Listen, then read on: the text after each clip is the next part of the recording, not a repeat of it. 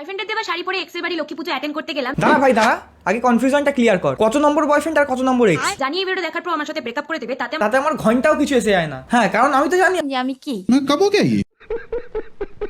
তাছাড়া আমাদের কাছে তো অপশনের কোনো অভাব নেই, একটা গেলে 10টা। বনু বলছিলাম যে এই রুলসটা না সুন্দরী মেয়েদের ক্ষেত্রে প্রযোজ্য, তোমাদের ক্ষেত্রে নয়।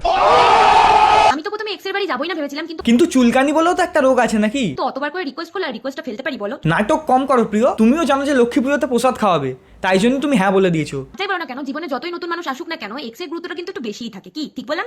আর এই গুরুত্বটা দিদি নিজের সব এক্সকে দিয়ে বেরিয়েছে। যাই হোক, অবশেষে আমার এক্সকে তো এটা রিয়েলাইজ করতে পারলাম যে ওর জীবনে আমি কতটা লক্ষ্মী ছিলাম। দিদি বলছি পেঁচা হওয়ার যোগ্যতা আছে? বাইগান। লক্ষ্মী ছিলাম। ভাগ।